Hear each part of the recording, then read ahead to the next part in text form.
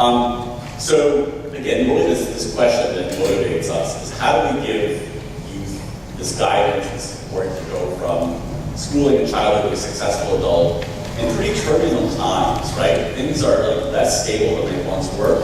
There's still some things that are stable, but there's sort of more instability. So that really was our essential question, is how do we figure this out in sort of the ever-changing environment we have? And later this morning, we're actually looking at some very recent data that shows that what is the current state of pathways to adult success. And in that, I was surprised to find things I think that are a little different than you expected, given this change, from what you may have just, as you yourself were growing up, experienced. It's part of the challenge we face, that there is some differences between like what we experienced growing up and what the environment is today. And that's a place where we have to get outside of our lived experience. And one of the challenges of being in education, right, is everyone's been through school, everyone's had a lot of teachers, everyone's had this transition, and you tend to think you know it because you've done it. But as this constantly churning environment happens, what you knew isn't always what currently is. And we have to let ourselves get out of that box of just following what we've experienced as what we think it is, and really dig deep into data and understand current realities to sort of create those true paths forward. So that's going to be part of the work of today. We initially started this work with what seemed like a simple charge, which was many folks have been using early warning systems now to guide kids to high school graduation and prevent dropouts. That's become a fairly known technology. It's still got room to grow. It's still not everywhere. But it's a thing that's gotten a strong response from educators. It makes sense to them. It's doable work. It's work that has an impact. It's a work that makes them see changing kids' lives, which excites them. And it's work that's moving the needle. Just for example, West Virginia actually has been the fastest moving state of improving graduation rates in the past 5 years. They've gone from like 77% to 89.6%, almost to 90%. They largely attribute that to statewide use of early warning systems. I'm sure there's other reasons, but that's their self-identified reason. So it has traction. But as we started thinking about this, what does it mean to extend it from high school graduation to post-secondary readiness? The question has got a little knottier, a little more challenging than simply saying, well, let's just find the indicators that work for post-secondary success and just start applying those along with those that work for high school graduation.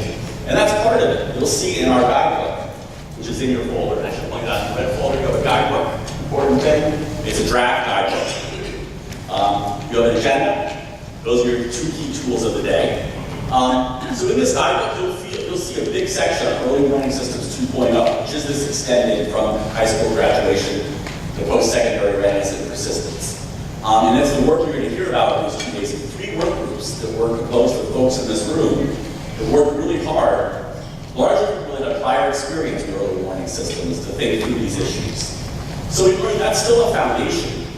But as we dug deeper into it, we recognized, and we were really challenged not by this group last year, but they challenged us to say, is that really far enough, just getting kids into and through college? Is that really the be-all and end-all what we need to do as a society? And what the group pushed us to think about is what really matters is this idea of adult success. That's really even what that college experience is about, both from a civic sense, from a personal development sense, and from an economic and a sort of occupational and work sense. And so when we lifted, we said that makes sense to lift the bar of the true goal. And that's what really, this group came together and built this vision statement of really our goal is to, for districts, schools, communities, to enable all youth, regardless of needs, circumstances, place of residence, prior experience, to obtain the competencies, key thing, necessary to persist and complete secondary schooling, prepared, not just completing, but prepared, for post-secondary success and a post-secondary pathway that leads to a family-supporting wage and adult success. And once we raised the bar to that point, it opened up a host of rich questions that we're going to keep working on ourselves today. It also led us to sort of a clear theory of action, right? We really want to use student supports to achieve enhanced youth outcomes. We want to use data to drive these actions. And we want to use organizational structures, right, to propel those actions. Because we can't individually sort of customize pathways for every kid to adult success. A lot of the work that people have really told us about is about also just changing organizations themselves that kids have pathways through. And that's one of the most effective ways to increase the flow through, is to think what the organizations themselves can do better, and maybe what unintentionally they're doing to make it harder than it needs to be. So that gave us our expanded vision of this idea of extending early warning systems from high school graduation to post-secondary success at the center, but then really wrapping around this idea of collaborations at the community level and the post-secondary level. And that's where we're going to spend a fair chunk of our work today, but we will touch on the middle when we have a session on data and how to use it. And then tomorrow we're going to focus on the center of the circle, EWS 2.0 and next steps. So as I said, we had these three work groups. One worked on data, one worked on indicators, one worked on response and actions.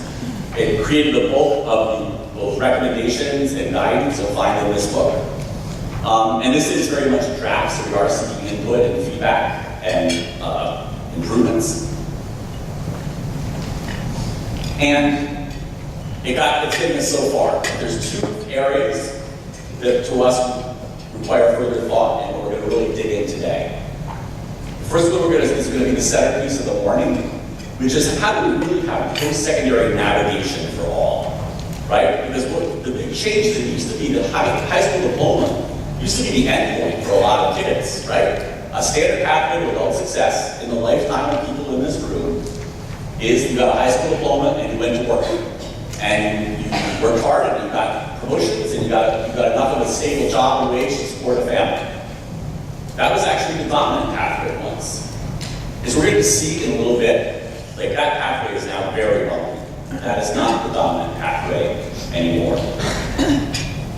How do we give kids navigation then to this new bumpy, curvy, sometimes treacherous terrain? Our systems are not designed correctly to give navigation supports to all students. Because the architecture of the schools were built that many kids don't need navigation. It's good. They graduate high school and go to work. The navigation they get was from their friends, their family, or whoever could help them find that job. It wasn't from educational systems or community organizations. But now, those institutions and organizations are going to have to give that guidance. How can we organize ourselves so all kids get that? We're going to see that is a knotty challenge. And then secondly, we're going to spend the second half of the day on is this whole rich dialogue of what preparation do kids need K-12 and in post-secondary schooling to be prepared for life and work. How much of that is about academic intensity, and how much about that is other stuff we don't fully understand yet? And we're going to dig deep into that this afternoon. A third area of rich development is the social emotional development and adult success. We spent a lot of time on it this year. There's a statement in here that we still don't know enough to get a great answer. Keep working on it. So we're going to come back to that, but that's not going to be the focus of this important meeting. We wanted to focus on the first two. This is what I said.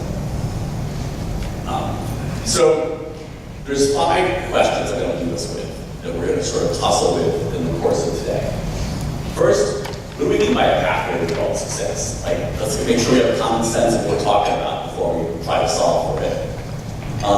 What elements of educational preparation for post-secondary occupations, watch our wording, post-secondary occupations, what's constant? And where does differentiation occur, if anywhere? And how does it look at implications of that? How do we all provide students with skills, dispositions, and navigation support? We sort of just talked about that for adult success. Are there workplace success skills and dispositions that are not required in school? Right? All of our indicator systems are based on finding some indicator of something happening in school that's predictive of a later outcome. That's sort of how currently indicator and response systems work. But potentially there could be skills that matter in the workplace that don't matter in school. And if that's the case, you're not going to find a school signal for that workplace success, right? So we have to just double check ourselves on that before we say, we got it, right? So that's a test. And then the big one, how do we reorganize collaboratives and collaborate and act at multiple levels to support students students. So that's an orientation of where we are and where we're trying to go. We've made some progress, but there's some knotty questions left, and that's really what we're going to be an exciting day, pulling the wisdom of this room to help us move the ball forward on those things. How do we provide navigation supports for all? How do we tussle out what's universal preparation and where we can sort of differentiate it and do that in equitable ways, not recreate inequities of the past doing it, but not being so challenged not to go on that terrain. We don't actually give kids the supports they need to succeed, right?